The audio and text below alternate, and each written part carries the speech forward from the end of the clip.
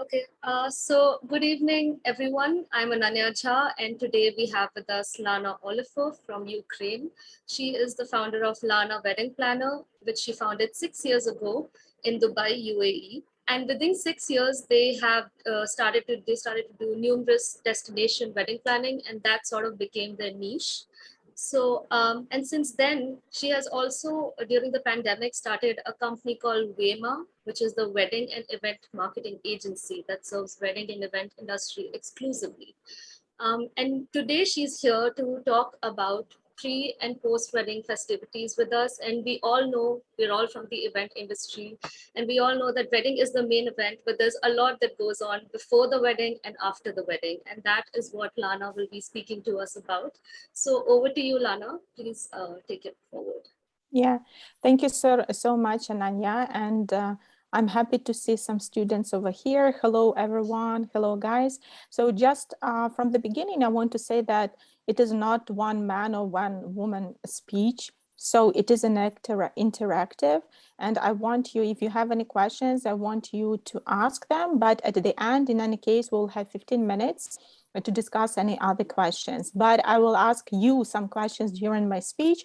So I ask you not to sleep, even those who are without cameras, those that switch off the cameras, because I will ask questions. And thank you for showing up, those who are here. I will start sharing my screen because I prepared a presentation for you. And then Ananya has this presentation. If you will need the hard copy or the soft copy, I'm sure that Ananya can share with you that you can use it further. So, okay. Let me try to share the screen. Okay, just a second, please. Okay. I think you see my screen, right? Yes, we can all see it. Okay, perfect. So let's start. Ananya did already a short introduction of myself. So I will continue. So the topic of our today's webinar is pre and post-wedding festivities, right? What we will cover in this topic today. Introduction, I will introduce more about myself.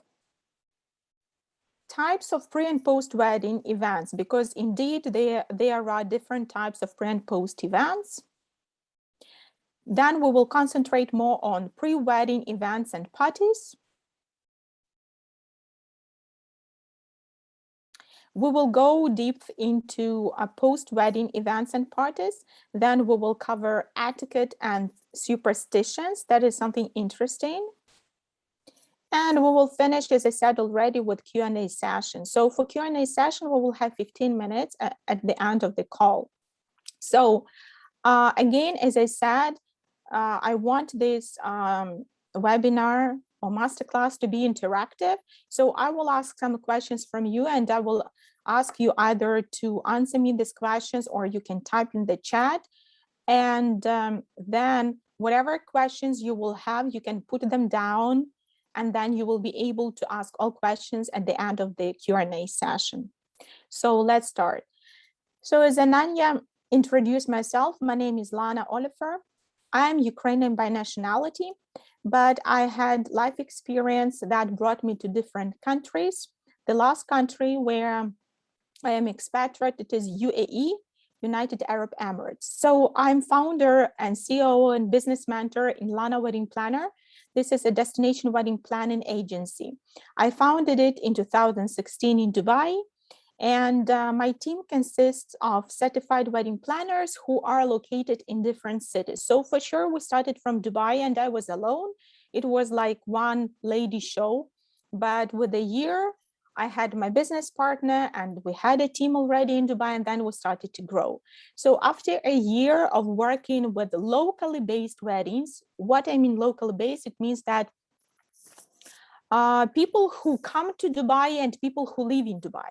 So this I call locally based weddings. After 1 year, I understood that I want something more. I don't want to be only in Dubai, in UAE. I want to go worldwide.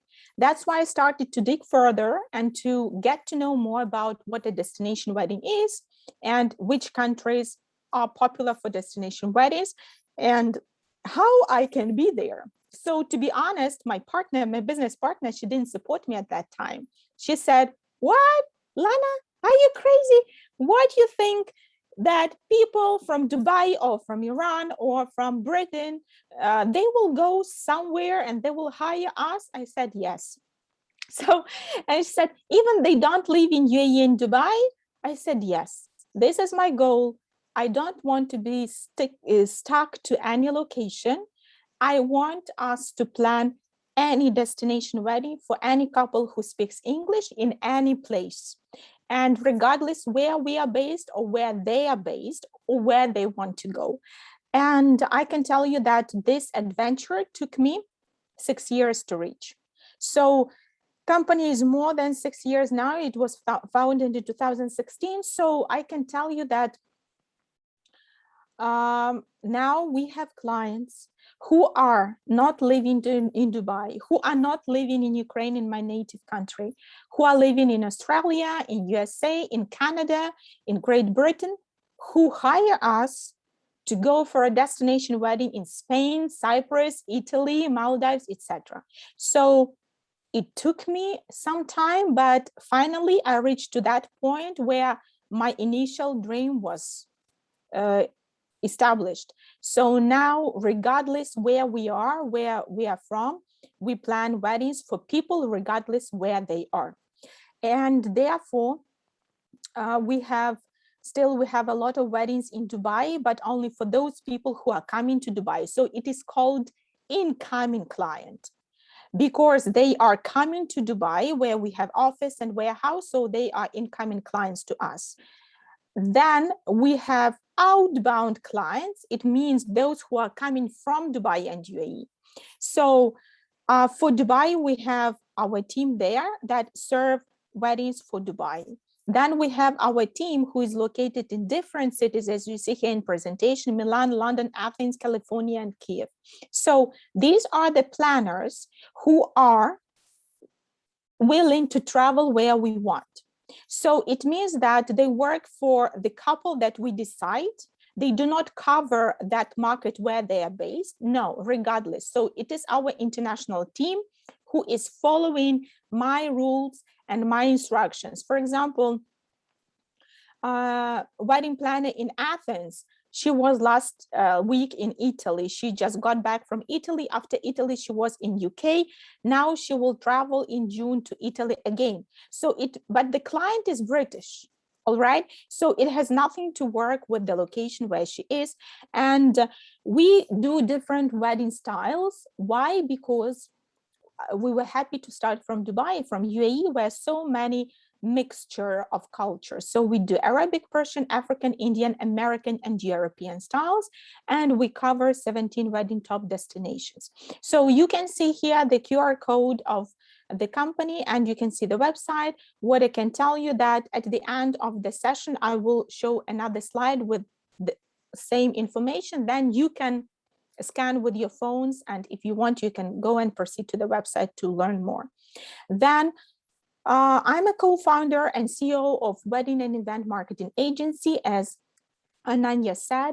So this is a marketing agency that serves only wedding and event niche. So this is something pioneer, because we are the only so far on the market that is concentrated only on wedding and event industry. So that's why the knowledge that I can present you here in this webinar, it is a mixture. It is being a wedding planner and being a marketing manager. So, and you will see the QR code as well here. If you want, you can scan it. And another slide, we proceed to another slide. As I'm Ukrainian, for sure, I cannot stand aside from what is happening now in my country. So I'm co-founder and volunteer of the fund, nonprofit organization that is called Help Ukrainians, from which we raise the funds to help civilians, army, and children. So let's proceed, guys. Types of pre and post wedding events. I want to ask you who are present here, including Ananya and Vivek and Darmit and all others. So guys, which you think events can be pre and post? Just you can name them. You can just throw the names. What you put into pre-wedding and post-wedding events.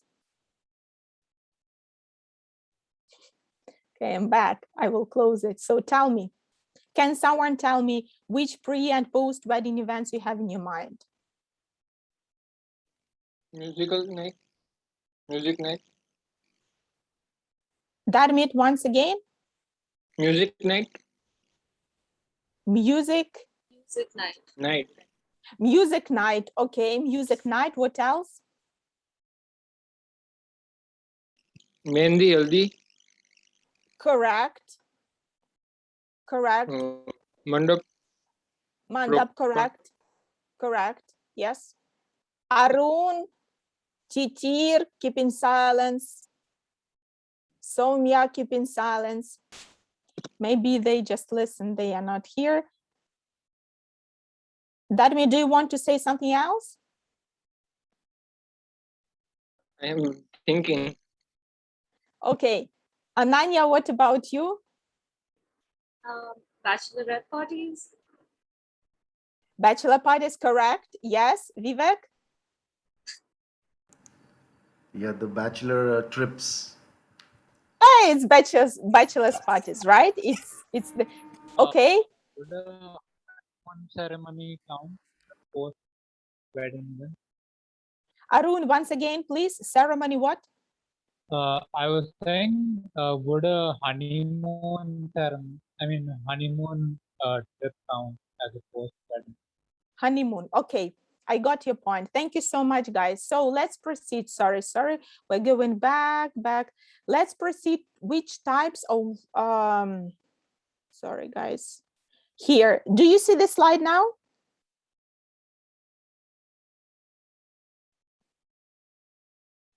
Okay, so guys, all what you named almost correct.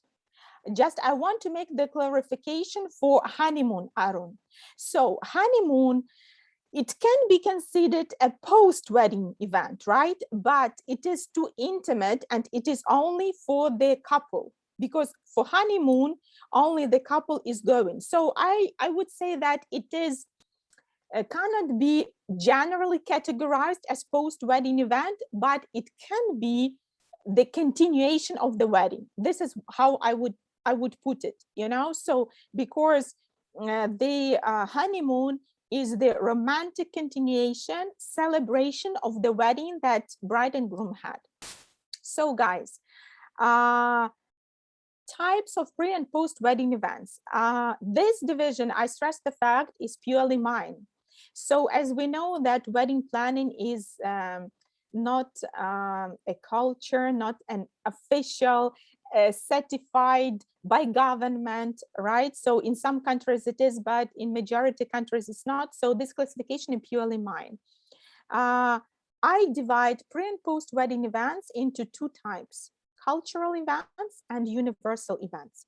Why? Because we are all coming from different cultures. You're from one culture, I am from another culture. We have clients from Arabic culture, from American culture, from African culture. So the wedding industry is not only about doing events pre and post that based on some cultural rules. There are, but what about other that are a kind of universal or general events? Because now what we see is that more and more people who are coming with different cultural background, they take something from other cultures. For example, it became very popular. I can give you an example. It became very popular for Arabic Emirati weddings that consist only of female to have the wedding white dress symbolic ceremony that is popular in America and in UK. So imagine, it's not, they want to break their cultural rules and to bring some touch from universal events, how universal weddings are doing. So that's why this is the definition. For cultural events, so far what I know, but maybe you can correct me, okay? So because I found and I experienced some pre-wedding events by myself of your culture. So it's roka, it can be engagement, it can be haldi, mehendi, sangeet, mahar, nikah. I don't know if you have nikah, but we have nikah in Arabic culture, bubhat, and so on. So cultural pre and post-wedding events can be going on and on. It depends on the culture of the couple with whom you are working. So it doesn't mean that if you are now based in India, so that in 2 years you will have only clients who are based in India. I told you my story at the beginning, and you know that there are, I think it's a vivid example that there is no limit where you want to go. You have a dream, all what you need to do is work hard to reach the dream. That's it, okay? So these are cultural events of pre and post-wedding type. Then we have universal events, universal that are more general and present almost in all cultures. Proposals, engagement, bachelor party that Ananya and Vivek were mentioning, bachelorette parties, pre-wedding dinner rehearsal, pre-wedding welcome party, post-wedding brunch, post-wedding pool party, post-wedding pizza party, and etc. So now we will go more depth into each of the categories of pre and post-wedding events. What I can say that for sure, I'm not an expert in your cultural events, guys. So I will not dig a lot into that. What I will cover is universal cultures, universal events. So let's say proposal is one type of pre-wedding universal type. Proposal as a rule, you can see different pictures here. I can tell you that personally, my company is not doing proposals. It's up to you being a wedding planner after you graduate the university. It's completely up to you to decide if you want to include proposals as a service along with the wedding or you don't want. My strategy, we don't have proposals, but I will give you a description, what is it, and in order to understand why this is different from engagement, for example. So proposals are happening almost in all cultures. So first of all, it is a very intimate event. It is a pre-wedding event. Why? Because the continuation on the proposal should be engagement and wedding. So married. Proposal is always happening in some key locations of the city where the couple, in general, the groom wants to make this proposal.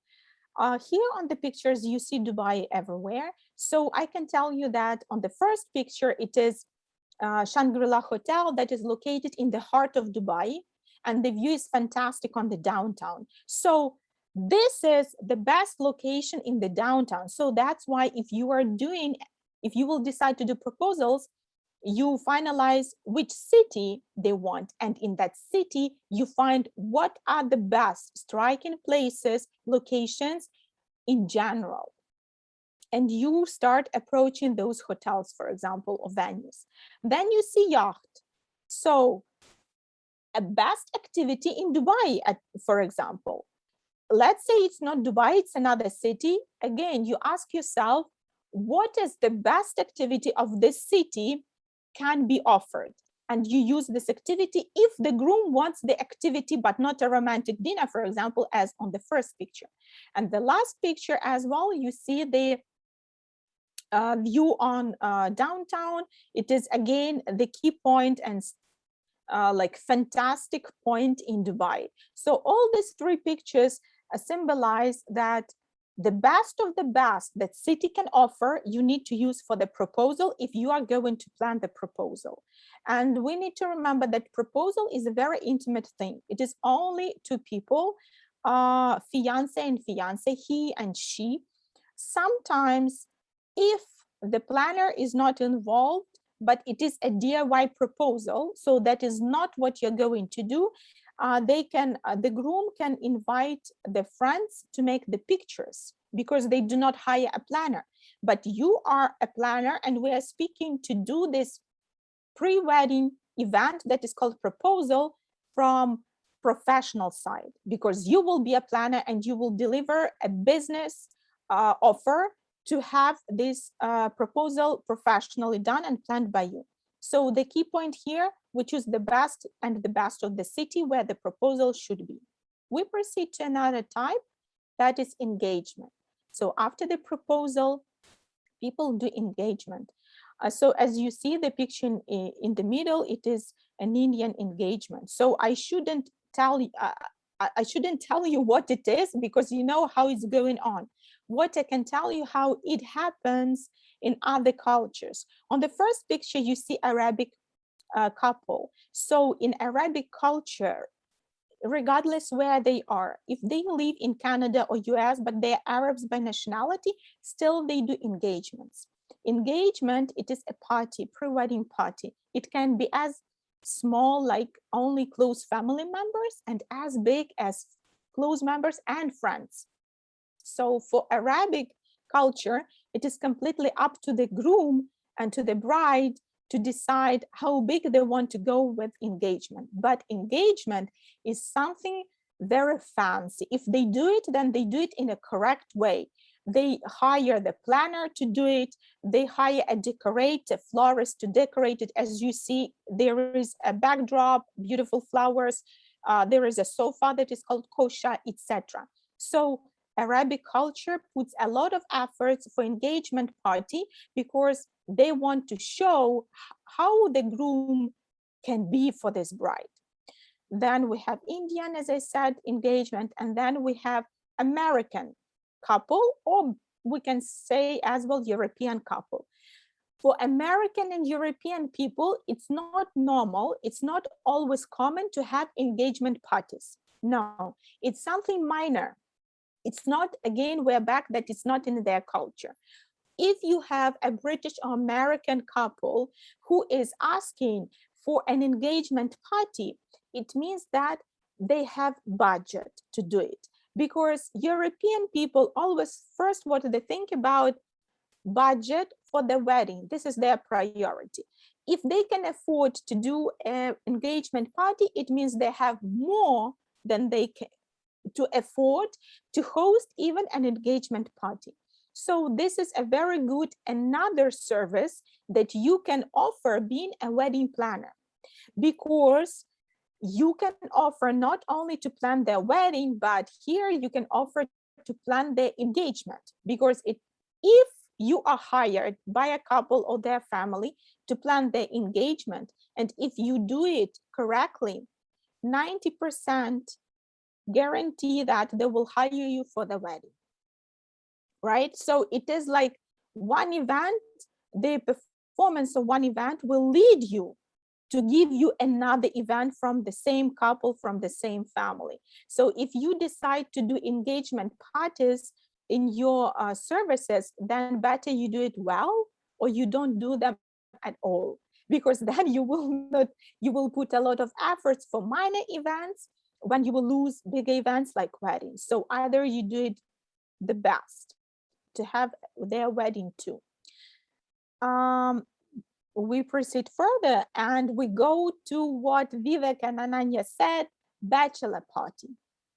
So bachelor party is very popular, I think, in your country. And for example, my dear friend who is a colleague of yours and of mine, he was doing his bachelor party fancy before his wedding, when we went to his wedding in India. So bachelor party can be so different. First of all, it can be in doing what they like to do. I mean, the gang of groomsmen, what they like to do. If they like to play golf, you will see the last picture is golf players. So, and if you will see, they are all in all same t-shirts. So it means that the preparation for the bachelor party is another service for which the planner can be hired. So because you will organize it professionally. So you make them present as all the same shirts or t-shirts. You book for them the golf field. For sure, it's not only for golf. After they play the golf, they will enjoy dinner, and then they will go wild. They will go to the nightclub, or they will stay in the same location if it allows to have some parties over there. Then we see another picture that are guys on travel bags. So as you understand, this is a bachelor party, exactly like Vivek said, they travel somewhere. So if the groom can afford, or another point, if his family can afford, or another point, if the groom's man or his friends want to contribute, that they all afford and they all go and travel together. Because remember, bachelor party, yes, it is dedicated to one person, the groom, but it's not only for him. Everyone will enjoy, plus they are all his friends.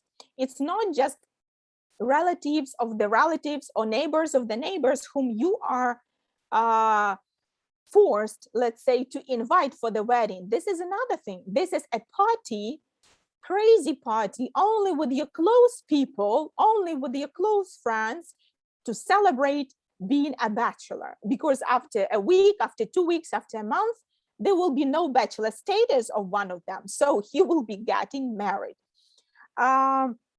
They can travel. Where they can travel? They can travel inside the country. They can travel inside, for example, UAE, but to different region, inside India, but to different cities, inside USA, but to different states. They can go, it doesn't matter how far or close they need to go. What matters, the atmosphere, nothing else. Because remember, when they travel for bachelor party, their spirit starts the moment they start to collect their things in the bags. So this travel experience switches like this on. So for them, it will be such an excitement, traveling, plus party, plus spending time together with their gang friends. So it's like 3 in 1, nothing better. If we speak that they want to travel internationally, another point, you can provide everything, starting even from the tickets. You can collaborate with the travel agency, and the customer, the groom will not need to go separately somewhere, but they can book tickets through you, because you will put them in contact with travel agency. So this is another thing, how you want to handle it. For sure, it is more interesting to have bachelor party internationally than nationally. No questions about that. But remember that having a bachelor party internationally involves more efforts from your side. You need to check visa if they need to have to that place where they go. You need to check if any tests, especially after COVID period we're speaking about, they need to have. You need to check if the hotel that you don't know can provide what they're looking for, because nationally it's easier. You can even go and check the hotel or the property or rent a villa, but if it's internationally, it will be all like we are now with you. It will be all remotely and distantly. So if you think that, oh, I can go prior and check it, yes, you can if the client pays. But what is the percentage of the clients who will pay you extra travel fee to go before to check for the bachelor party, the atmosphere and the place and activities? It's a very rich client, and it's not something they do this for the wedding, but for the bachelor party, it's a rare thing that they do. So you will need to do everything remotely. So be ready for that. But the experience will be very high. And what we are having here on the third picture, it is similar to the last activity, but this activity is connected with a cruise or a yacht. So they are doing scootering, they enjoying the swimming, etc. and etc. Again, it doesn't mean that they need to be in public or private. They can be in public with other people, but they are grouping together, and it can be completely private if the client affords it. So no problem for you. Here in this picture, we see that this yacht is completely private for them. Again, they have some symbol of being similar to each other. Again, they have similar shirts. Why? Because it unites them. and it makes them strong. So they stand out from all others, from the crowd. And this is always that bachelor parties are described, and they want to have it. And what they can have here, they do the scootering, they enjoy the swim. For sure, on this yacht, they will have catering with food and alcohol after, or if not catering here, after this yacht, they will proceed to the restaurant to have the party and party over there. So they combine here their favorite activity, that is for sure water sports here, and then continuing feeding people and having fun and party. So another point what bachelor party can be, it is as you see in the pool or in the sea. So it doesn't mean that it should be international, it can be locally. You go and you book a resort where they hang out all the time on the beach, they drink, they eat whatever they want. On the second picture, you see Jack Daniels. So what it means, it doesn't mean that you need to offer Jack Daniels and cigars to all your clients who will come for bachelor party, but it is a gift. So it means that bachelor parties are associated with some gifts. Prior on the pictures, we saw the gift that was a shirt to put them together like a gang. Here, it is separate gifts. It means that for sure these people are big lovers of Jack Daniels and cigars. So the groom knows what his people, his boys are preferring and liking, and that's why he makes such gifts for them. And on the last one, we see Las Vegas for sure. If your client can go wild, for sure they can go and travel to Las Vegas. And I think everyone watched the movie Hangover, Hello Bangkok. So this is the best what can be Las Vegas. What happens in Las Vegas stays in Las Vegas. There is such even a proverb. So they can travel to the USA, to Las Vegas to enjoy the max. This is an international trip for sure. Then what about girls? Girls' bachelorette parties, right? So do not think that if you are a guy, you will not be asked to plan a bachelorette party. If you do their engagement well, they will both come to you to order bachelor and bachelorette parties, and then they will order from you the wedding. So bachelorette parties can be in different styles, similar like bachelor's parties. So it can be just a gathering of girls. They can rent or hire a hotel suite, and they can hang out over there. They can rent a villa or a mansion to hang out there. They can go to the hotel and, as you see, enjoy the swimming pool, or they can just have a party at home.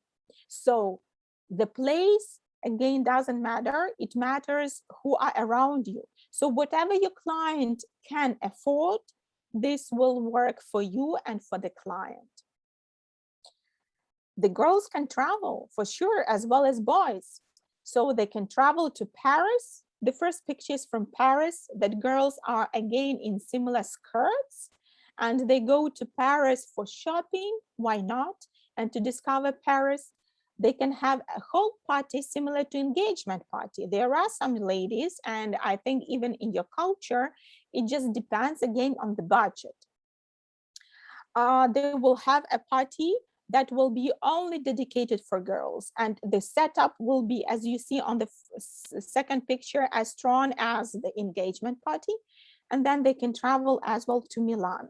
So if you speak about bachelorette parties, you need to take into consideration shopping, because what can be the best for girls except shopping? More shopping. So shopping places are Paris, Milan, Barcelona. So if you have a very good client who wants to do something extraordinary for her bachelorette party, offer her traveling. I have never seen a girl who didn't like shopping. So offer traveling, they will go shopping nowadays, the big malls in these cities that are named, they became very professional, I can tell you this way. What I mean is not only shopping anymore. Each of these malls, they have VIP service.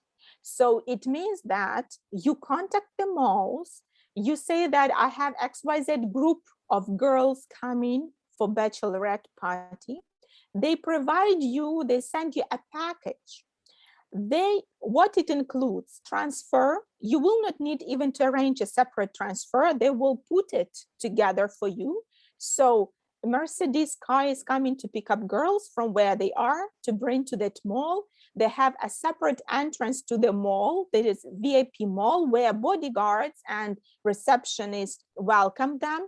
They proceed to a special room where they have champagne, prosecco, whatever they want, and some snacks.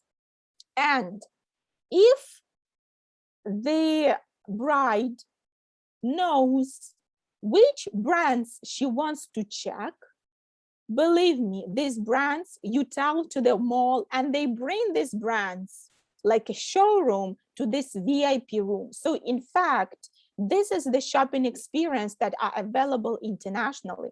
It means that they don't need to run with shopping bags around the whole mall that can take 3 or 6 hours to check every store, but the stores come to them. They sit, they sip champagne or prosecco, and they just check. They check the brands that they selected to check, and afterwards, for sure, whatever they choose, they pay, and the restaurant is offered for them on the property of the mall, and they go and they have dinner or lunch in the restaurant, and when they are ready, so the same car will bring them back where they want to. So this is really a handy service that is available now internationally, especially for bachelorette parties. The same can be for bachelors, it doesn't matter. But I mean, why for bachelorette? Because girls like shopping more than boys. So what else I want to say, that when you send especially girls for bachelorette party, it doesn't matter internally or externally, like internationally, do not forget to offer photography and videography service, because groom and groomsmen are completely fine hanging out without having professional pictures. But ladies, they're not like that. They want to keep those memories always with them, and they want to have them as professionally done as possible. So in major cases, if you plan a bachelorette party, one of the most services that you need to offer is photography and videography. It means that one photographer and one videographer will be more than enough, because bachelorette party will not be more than 10 people, maybe 15, but not more.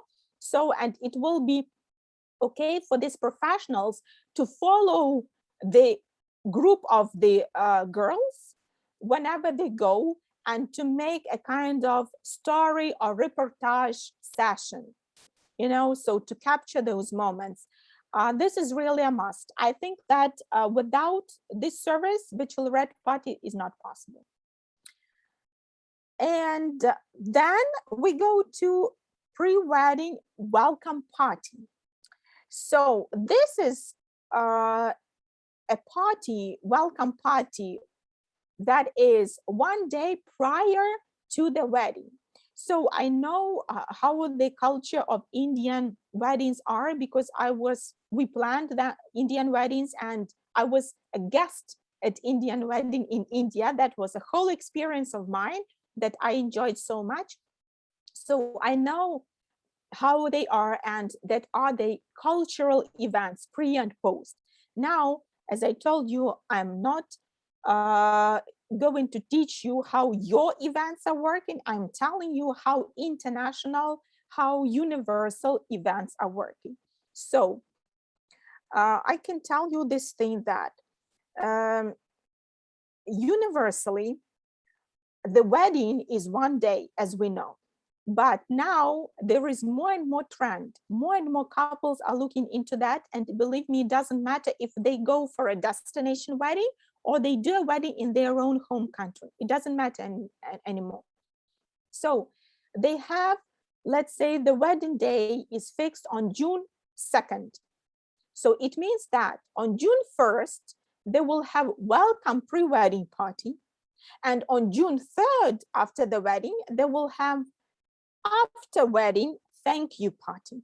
So nowadays, universally, the wedding is prolonged from 1 day to 3 days without taking into consideration culture.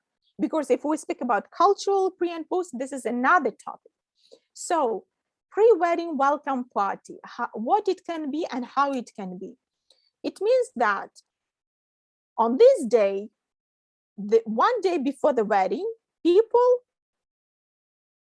I mean, the bride and groom, they welcome the guests. This is like to say, hi, thank you that you will be coming to my wedding tomorrow. This is this style. So pre-wedding welcome parties can be of different type. Here you see pizza party. So it is a pizza party that is done purely in casual format and type. So pre-wedding welcome party is always casual format, always relaxed, always chilled out. It's not, the decoration can be even DIY, made by you and by your team, not professional florists and decorators, because this is a kind of rehearsal or preparation for the main day that will be tomorrow. We are going into post-wedding events and parties. So those pre-wedding events that we discussed with you happened. Then the wedding itself happened. You know how the wedding happens. And now what after the wedding? Again, post pre-wedding events and parties, as we discussed, can be divided into two types, cultural and universal. And we speak with you about universal here again. So post-wedding thank you party, as I told you already. Again, it is completely in a cozy, comfort, relaxed, chilled atmosphere and design. Why? Because the main day, the wedding that happened already, all guests were stressed. Not only the bride and groom, not only their family, but all other guests too. Why? Because they came to the wedding that was of their people who are dear to them. So they worry about them as well. The main day, that is the wedding, is over. Now we have hangover from a lot of alcohol drinks. Our feet are hurting from dancing on the wedding night.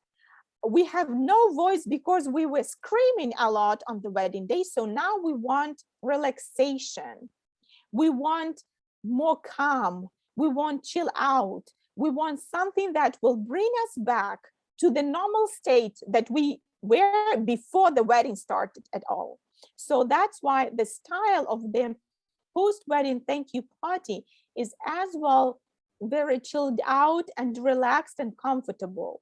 It is completely informal, not casual, informal. It's even lower. So the grade was pre-wedding party was casual, a bit formal, preparation for the wedding day. Then the highest peak, it was the wedding, the most official day. And then again, we go down, not casual, it is and shorts this way. So it can be in the swimming pool.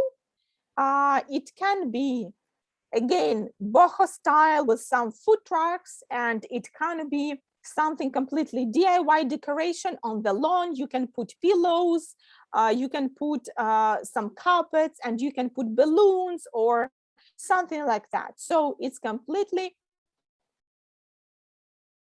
party. Now we proceed again to the last point of our topic today, that is etiquette and superstitions. Well, what I can say, etiquette. There is no etiquette in events unless the ones that you were raised with. Respect others, respect your client. Do not show how pissed you are, even when you are from the client. So it is etiquette for wedding, for pre and post wedding events is the same etiquette that you have during your normal working hours with your colleagues, with your vendors, or communicating with your clients. All what you need to know is that the client is the king. There is no other etiquette and rule. Whatever the client says, he has the right to say. But then the question, how you handle him or her, how you handle number 100 requests from your bride, how you will handle number 200 requests from bride's mother. But still, this is all your skills, how to do it. But one rule is that the client is the king. If you don't keep this rule, believe me, the business that you will start by yourself, or if you will work for someone, will be for a very short limit. It will be for a very short limited time, because if you don't treat your clients like like they are the king, then it means that you don't have future for that. So this is my main rule for the etiquette, but there are a lot of superstitions and they are very interesting. The history, something old, new, borrowed, and blue. I think that you know what it means. So something old, the bride needs to have something old, something new, something borrowed, and something blue. Old, this is something that resembles good memories of her in past. Something new that resembles her bright future.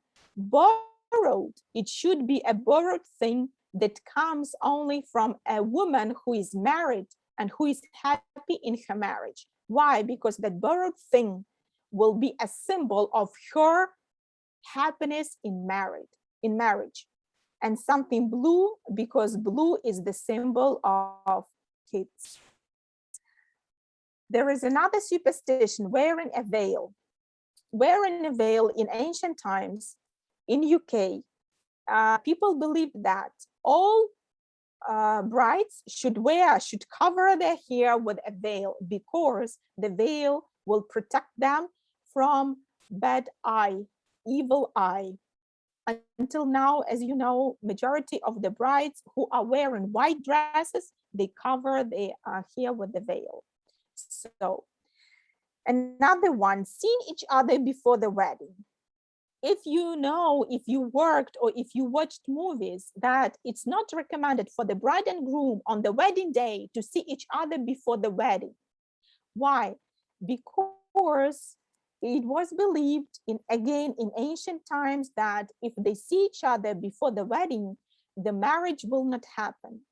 It goes to the times when the marriage was arranged by their parents. So when the marriage was arranged by their parents, it means that bride and groom didn't see each other before the marriage. If they will see each other before the marriage, there was a slight thought that maybe they will not like each other, and that's why they were not allowed to see each other. We got a message from Srikant. Srikant, yes. Yes. Mm-hmm. Okay. He's the owner of Ethereal Weddings, actually. So he was here and he was looking forward to hearing you speak. So, yeah. It's okay. It's okay. I think you are recording, so it will be sent to him, Yes. right? So then, guys, rain on your wedding day. So I don't know how in your culture, but in many cultures, when there is rain on the wedding day, it is believed that it is for the best, because rain, water from the sky, cleans everything bad that was in the lives of these people before, and it means they will start from new fresh. So it is a good superstition. Knives as wedding gifts. This is something interesting. You know, many years ago, I made a gift for my friend on her wedding day, a box of knives. Well, it was not only knives, it was cutlery, knives, forks, you know, like big box, beautiful, everything. But I didn't know that at that time. So it is not a good sign to present a box of knives, or if there are knives among other things. Even if this happens and your client gets a box of knives, or knives are present as the gift, what the bride should give, a penny, a dollar, whatever currency, the smallest currency that she has, to this guest, then it means it's not a gift anymore, but it is a purchase. So because the knife is a symbol of bad, something bad. So, but again, we are talking that not all guests can know these things, can know the superstitions. Another one, carrying the bride over the threshold.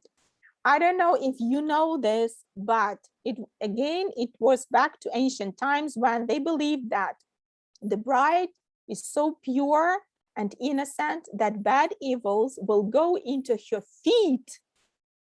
So that's why she was not supposed to go to a new home on feet. She had to be carried by someone, and someone for sure it was now her man. So that's why over the threshold, the man was carrying the bride to their new home. And I can tell you that in my culture, in Ukrainian culture, till now we have this tradition. We don't know exactly why this is, but till now when the bride and groom are back to their new home after the wedding day, the groom needs to carry the bride over the threshold. So this superstition present in many, many cultures, this is for sure. The next one, a spider on your wedding dress. So it is, if a bride has a wedding dress and a spider on her, she can be scared for sure, but you need to put her down, because a spider is a symbol of prosperity. If the spider jumps, she will be rich. Okay. Using your married name before the wedding. By the way, I know that in many cultures, it's not correct to use married name before your wedding. For example, the bride's name is Beth Hobbs and groom's name is Nick Glennie. And because the brides are so excited, she wants already to be called Beth Glennie. So he's taken his last name. This is not the case. And if you have international client who wants to do something like that, or the client from your culture, but who lives abroad and he or she can marry another culture, and this is the thing, tell her that it's really not a good sign. So what can be done is that you can convince them to use the last name, but on the wedding day, after they are married. So it can be on the wedding stationery, it can be a monogram displayed behind them when they are seated at the head table, but not prior to it. Crossing a nun or monk's path. When a bride sees a nun or monks, so it doesn't matter which religion, okay? So it can be different religion, but still we have these people in every religion. It is a symbol of bad luck for the bride because she will live the life of charity. So it means that her family will have bad fortune, her new family. Ringing bells. Ringing bells is a good sign because in ancient times, there was a belief that when something bad happens, you need to ring the bells and it will let it go. So when you hear or your clients hear ringing bells on the wedding day, it is a good sign and a good symbol for the wedding and for the couple in general. We have, I think, 2 more and we are finishing very quickly. So it is breaking glass and crying on your wedding day. Breaking glass. I don't know if you know, but in Greek culture, till now, they break glass at the wedding. So they break glass and plates and they're hilarious on that. Breaking glass, it means whatever breaks, it's for happiness. So it's good because especially when you are doing a wedding, caterers, hotel, whatever, can be in such a hurry and break a lot of things, a lot of stuff. So in order to put down your couple and their families that are very often involved in that, you can say whatever breaks is for good luck for the couple. And crying on your wedding day.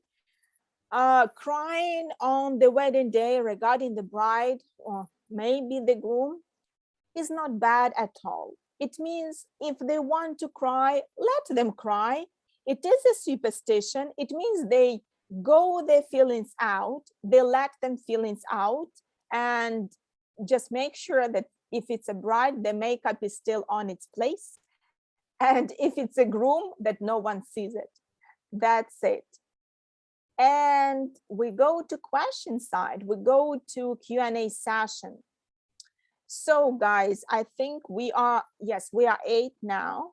So do you have any questions that you would like to ask me about this topic, about pre and post events, or something that I didn't cover? So you're welcome to do that now.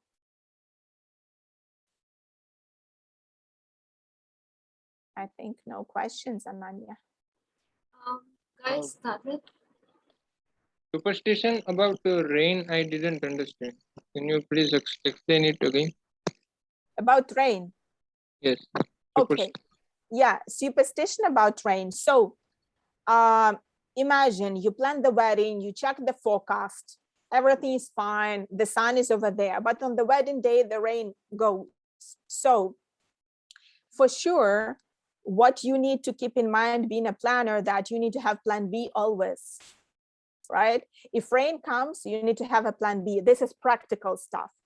But not practical, but what is regarding superstition is that if the rain comes, it is for good luck, because the rain is water from the sky.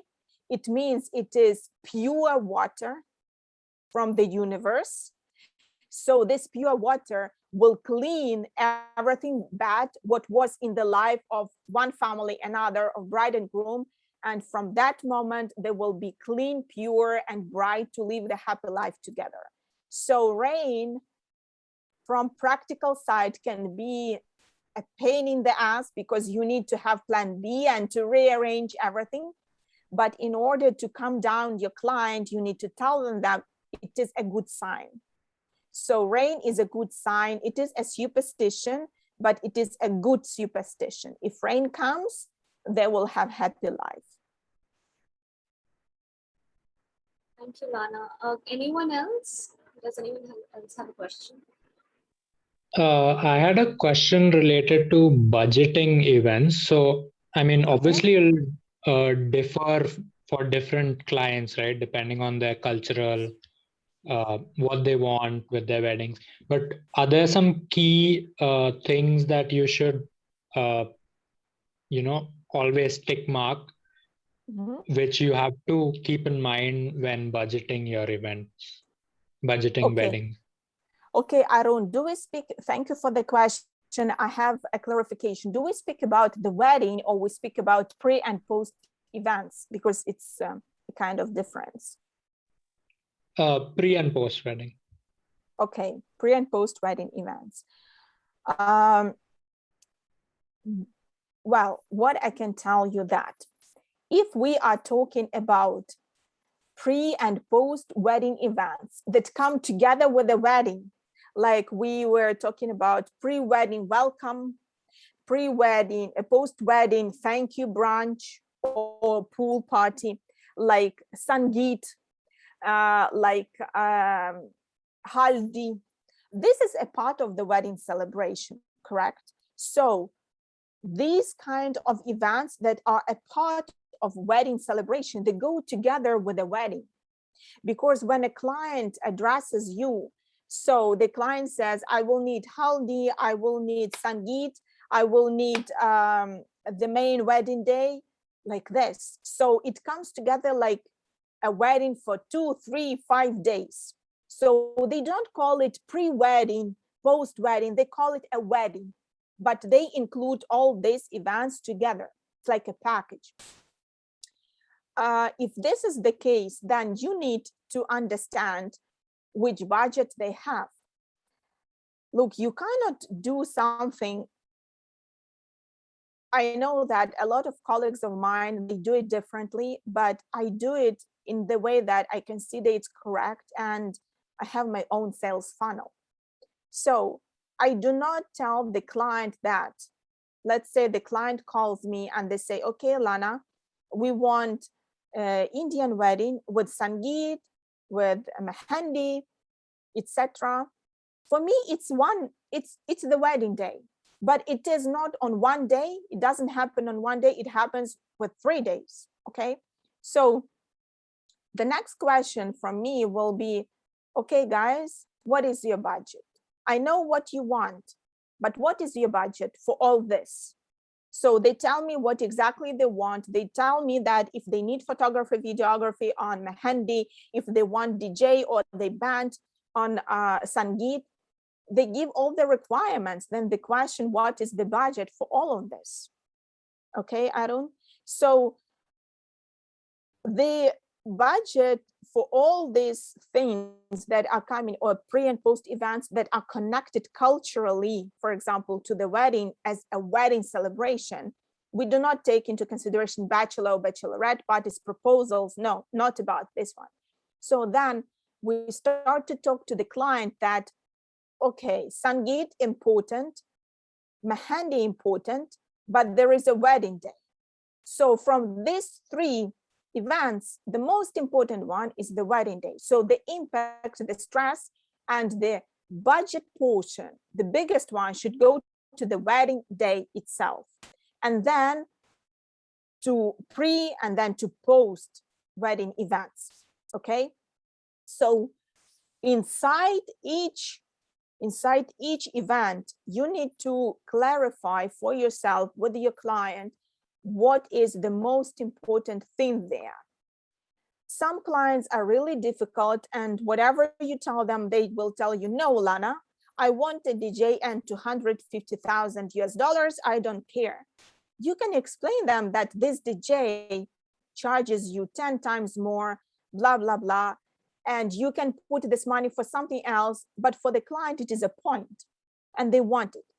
If this is a point for the client, you cannot argue, you need to accept it.